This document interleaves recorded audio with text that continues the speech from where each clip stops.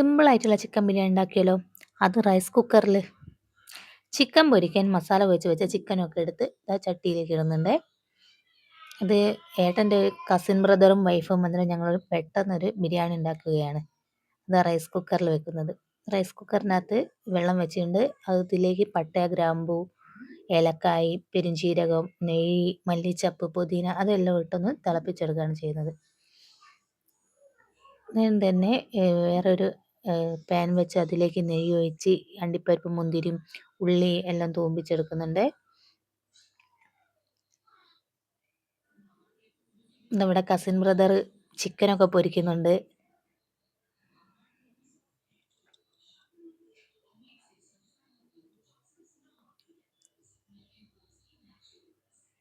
തൂമ്പിച്ചെടുത്ത ഉള്ളി ഇവിടുന്ന് മാറ്റിയതിന് ശേഷം മസാലയ്ക്കുള്ള ഉള്ളി വഴറ്റിയെടുക്കുന്നുണ്ട്.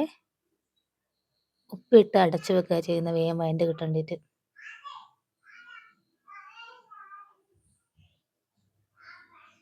ആ വഴണ്ട് വന്നതിലേക്ക് ഇഞ്ചിയും വെളുത്തുള്ളി പച്ചമുളകും അരച്ചെടുത്തതിട്ട് ഇടുന്നുണ്ട് കേട്ടോ.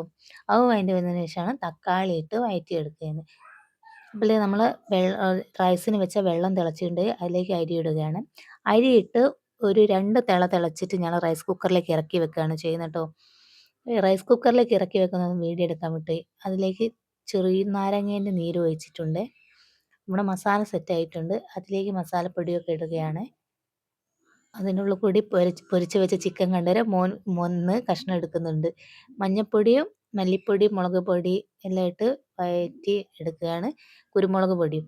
അതിലേക്ക് ചിക്കൻ പൊരിച്ചത് ഇട്ട് മസാല വേവിച്ചെടുക്കും. ചെറിയ ചൂടാക്കുകയുള്ളൂ. തൈര് ഒഴിക്കുകയെ.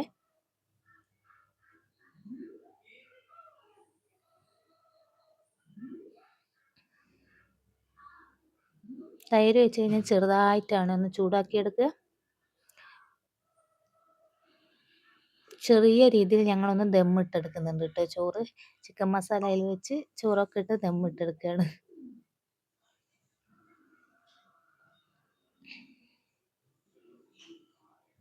നമ്മുടെ ബിരിയാണി സെറ്റായിട്ടുണ്ട്. റൈസ് കുക്കറിൽ എടുക്കുന്ന ബിരിയാണീൻ്റെ വീഡിയോ എടുക്കാൻ വിട്ടുപോയതാണ്.